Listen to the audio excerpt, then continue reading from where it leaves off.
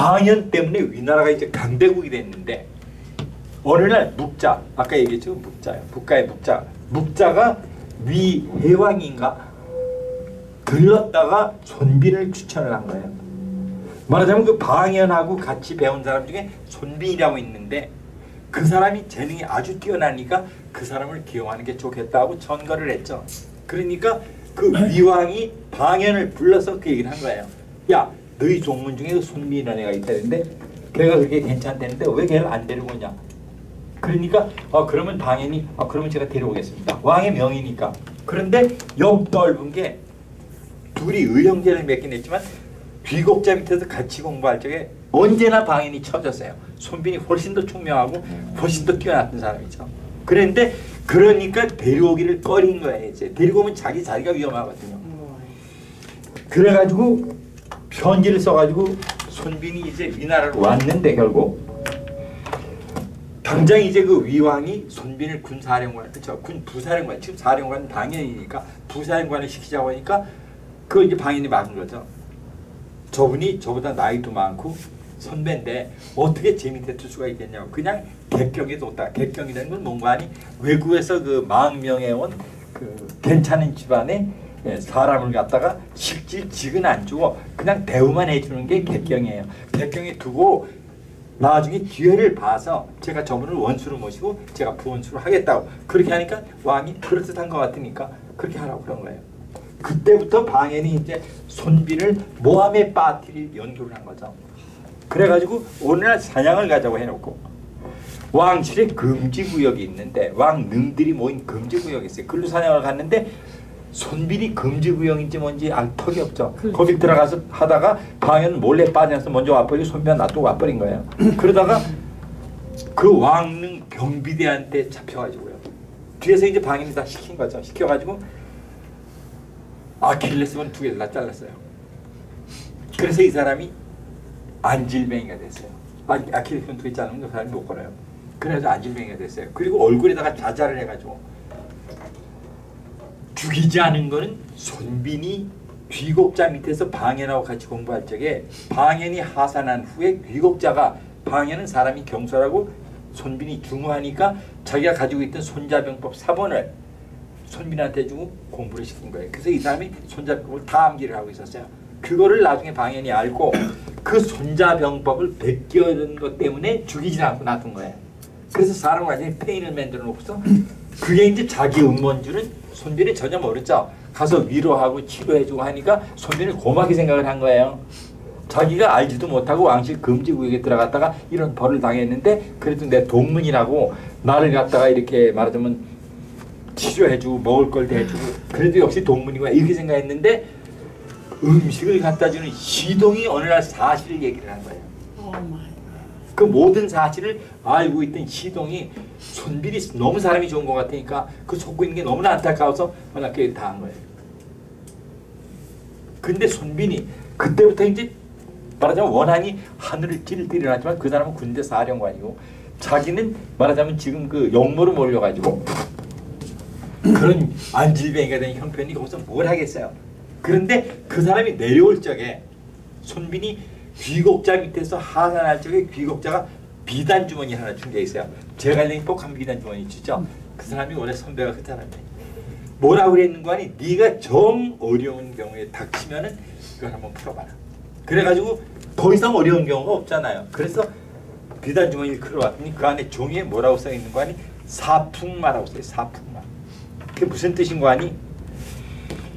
미친 척을 하라 이 말이에요. 사풍마라는 말이에요. 전 한번은 사실 모르는데 그렇게 번역이 돼 있더라고요.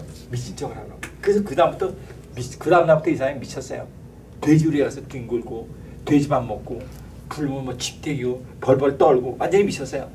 그거를 오랫동안 두고 봐도 전혀 나아질 기색이 없어진 거 완전히 미친 거예요. 그 다음부터 그렇게 지내는데 그 옆에 그 제 나라에서 지난번에 그 노나라하고 붙었다가 이제 박살난 그 제 나라에서 묵자가 제 나라를 들러서 그 손빈 얘기를 한 거예요. 손빈이 지금 위나라에서 그런 어려운 형편에 처해가지고 미쳤다고.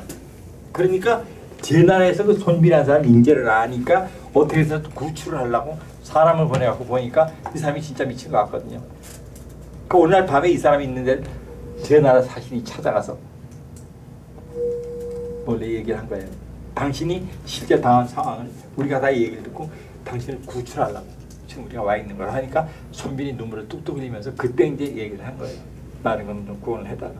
그래가지고 제 나라에서 손빈을 구원해서 마차에 눕혀가지고서 제 나라로 돌아왔어요. 몰래 데려온 거죠. 그리고 똑같은 그 손빈하고 비슷한 사람을 미리 데리고 갔어요. 그리고 손빈이 입었던 옷을 그 사람한테 입혀서 그 자리에 똑같이 놔두고 왔는데 방연히 그 다음날 사람 집에 가보니까 손빈이 미친 죄로 거기 그냥 있다고 그러니까 마음을 놓은 거죠. 그리고는 제 나라에 와서 제 나라 왕하고 얘기를 해본 다음에 제 나라 왕이 그 재능에 반해서 그 사람을 군사를 시킨 거죠. 그때부터 손빈이 제 나라 군사가 됐어요. 그래가지고 얼마 후에 그 위나라 방연이 옆에 조나라가 한나라를 쳐들어갔어요. 그래가지고 그 한나라가 조나라에서 이제 제 나라가 그때 강국이니까 구원 요청이 온 거죠. 그래서 이제 제 나라에서 군사 손빈하고 전기를 장군을 해서 군을 동원해서 그 나라를 구원을 해주라고 해가지고 군대를 출동을 시켰는데 손빈이 얘기를 한 거예요. 지금 그 나라를 구원하지 말고 위나라 그 방연이 위나라 사람이거든요. 전군을 이끌고서 한나라를 치러 갔으니까 위나라 도읍을 치자. 그러면 돌아올 거 아니냐 이 말이야. 돌아오는 길을 매복했다가 박살내자 하니까 그 말이 맞거든요. 그래가지고 있었던 게 기원전 353년에 게릉전투구나. 게릉전투예요. 거기서 방연이 도성이 위험하다니까 한나라를 치러 갔던 군대 너덜러가지고 자기 나라 도성을 구원하는 길을 딱 매복수는 사실 제갈량을 따라갈 사람이 없는데 딱 매복하고 있다가 위나라 전군을 전멸을 시켰죠. 방연이 겨우 몸을 빼서 도망갔고 방연 아들이 전사하고 위나라 군사가 3만 명이 전사를 했어요. 그 전투에서. 유명한 전투예요. 게릉전투라고.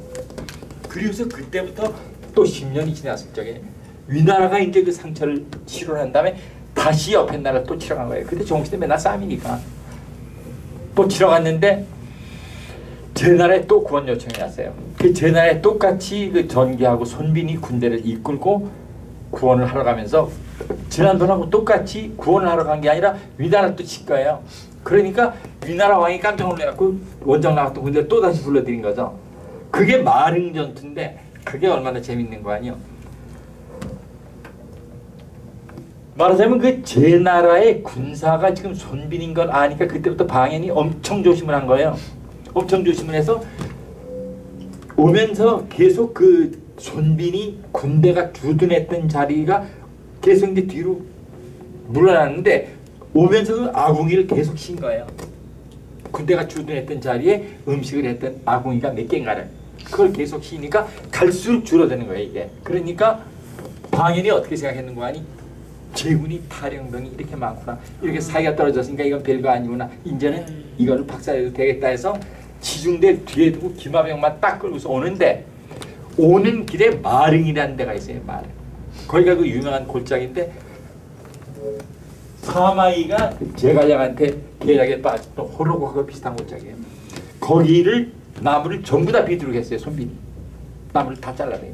그래서 그걸로 계곡 뒤를 막고 그 다음에 계곡 앞에 가장 큰 나무 하나만 그냥 내두고 나무 껍질을 다 벗겨야겠어요. 그러니까 병사들이 그 말을 듣고 나무를 다 베고 큰 나무 하나만 남긴 다음에 나무 껍질을 다 벗겼어요. 그러니까 나무가 안이 하얗게 나올 거 아니에요. 거기다가 손빈이 직접 먹을 가지고 글씨를 썼어요. 그리고 마릉 계곡 일대에 국로수 1만 명을 매복을 시킨 다음에 나무 밑에서 횃불이 일어나면 활을 쏴다 이 말이에요. 그리고 돌아갔죠. 그런데 방연이 딱 거기 도착한 시간이 딱 밤이에요. 그걸 계산을 다 한 거죠. 군대를 이끌고 딱 도착을 해보니까 계곡이 원래 험하고 병사를 시켜보니까 계곡 출구가 막혔다 이 말이에요. 그러니까 들어가진 않고 계곡 입구에서 왔다 갔다 하다 보니까 나무가 큰 게 딱 하나밖에 없고 나무 하나도 없는데 거기 뭐라고 썼다고 병사 와서 얘기를 한 거예요. 큰 나무가 하나 있는데 거기 무슨 글씨가 써진 것 같다고. 근데 밤이니까 보이질 않는 거죠. 그러니까 방연이 횃불을 밝혀라 하니까 병사들이 횃불을 다 켜니까 사방에 1만 명의 국로수가 그 횃불을 보고 활을 쏜 거죠. 방연은 거기서 고슴도치가 돼서 죽으면서 이 다리병신이 그 얘기를 딱 한 거예요. 손빈 얘기죠. 진작 내가 죽였어요. 그 얘기를 하면서 거기서 죽었어요. 그리고 나서 손비는 제 나라 국위를 떨치고 원수를 다 갚았기 때문에 그때 이제 은퇴를 하고 그 이후는 더 얘기가 없어요. 그게 이제 그 병가의 손무, 오기, 손빈 얘기고 이제 마지막으로 종행가가 남았는데 그게 이제 소진하고 장이 얘기예요. 여러분들이 그 소진 장이를 어떻게 얘기를 들으셨어요? 그 사람들이 어떤 사람이라고 생각하세요? 유세가 뭐 합종 연행 그렇죠. 그거 이제 대부분 다 아는 얘기인데 합종 연행 책을 고안한 사람들이고 그 사람들이 그 유명한 전국시대 유세가들인데 여러분들이 한 가지 알아야 되는 거는 소진장이라는 사람들이 그 당시에 아주 가장 유명한 유세가예요. 말로는 다 할 수가 없는 거예요. 그 사람들은. 근데 그 인간들이 전부 소인배들이에요.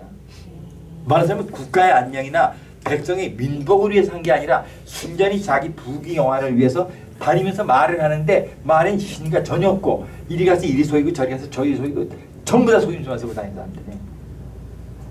소인배들이에요. 소인배들. 얼마큼 소인배들인 거 아니? 예를 들어서 소진이 합종책을 썼고 합종책이라는 건 뭔가 아니? 진나라 있죠. 친이의 친. 친나라가 천하를 통일했는데 그때까지도 친나라가 가장 강국이에요. 전국시대 때. 그러니까 아까 얘기했지만 전국 칠흥 중에서 나머지 6국이 합종을 해서 힘을 합쳐서 친나라를 대항을 하자. 그게 이제 소진이 내세운 합종책이고 16년간 유지를 했어요. 그런데 그게 유지가 될 수가 없는 게 그 6나라가 다 생각이 다르고 이해관계가 다 달라요. 그래서 오래 유지할 수가 없었던 거고 그 15년간 소진은 6나라 정성을 했어요. 소진이 아까 얘기했지만 귀국자 지혜자인데 집이 원래 가난해요. 가난한데 공부를 하고 내려오니까 내려와서 집에 이제 없는 돈을 다 긁어가지고 여비를 만들어가지고 각 나라 찾아다니면서 이제 벼슬을 하려고 아무도 안 써주는 거예요. 그래가지고 완전 거짓골이 돼가지고 집에 들어와서 내려올 적에 귀국자가 준 책이 한 권 있어요. 그 책 이름이 태공음북행인데 네가 세상에 내려가서 네 뜻대로 일이 진행이 안 되면은 이 책을 공부를 해라. 근데 내려올 적에 소진이 뭐라고 그러는 거 아니? 스승님 이런 책은 10번도 100번도 더 봐가지고 몽땅 다 아는 거라고 그러니까 스승이 웃으면서 다시 보면 다시 깨우칠 거라고 하는 그 책이 딱 있었는데 그 책을 1년 동안 공부를 했어요. 말하자면 여기저기 3년 다니면서 완전 거짓골이 들어가지고 그 책을 다시 1년 공부한 다음에 1년 공부하고 나니까 천하의 이치가 한눈에 보이더라 이 말이야. 그때부터 이 사람이 이제 뜨기 시작해가지고 육국 정승이 됐는데 장이가 늦게 시작했어요. 소진이 먼저 시작했고 말하자면은 조나랑가의 정승을 하고 있을 적에 소진이 장이가 그 얘기를 듣고 장인이 또 원래 가난해요. 원래 가난한데 출세할 수가 없으니까 소진을 찾아간 거죠. 그런데 그때 이제 친나라가 그 조나라군요. 그 소진이 있던 나라가 조나라를 막 친다고 공격한다는 그 정보를 갖다 조나라에서 알고 있어서 조나라에서 이제 벌벌 떨 적인데 조나라 정승이 소진이에요.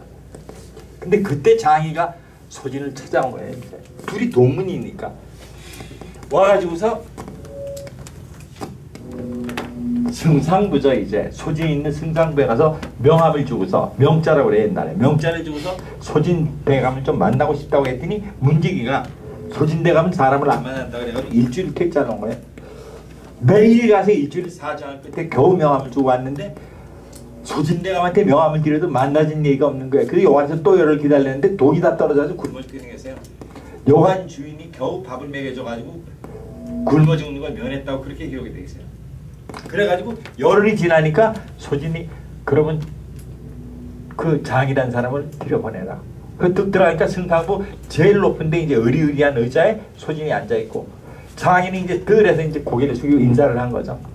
그 자기를 반갑게 될 줄 알고 갔는데 소진이 내려다보면서 이렇게 웃은 저를 내려다보면서 자네가 무슨 재주가 있나 이렇게 얘기하니까 얼마나 열을 받아야 먼 나라에서 자기 동문이라고 찾아왔는데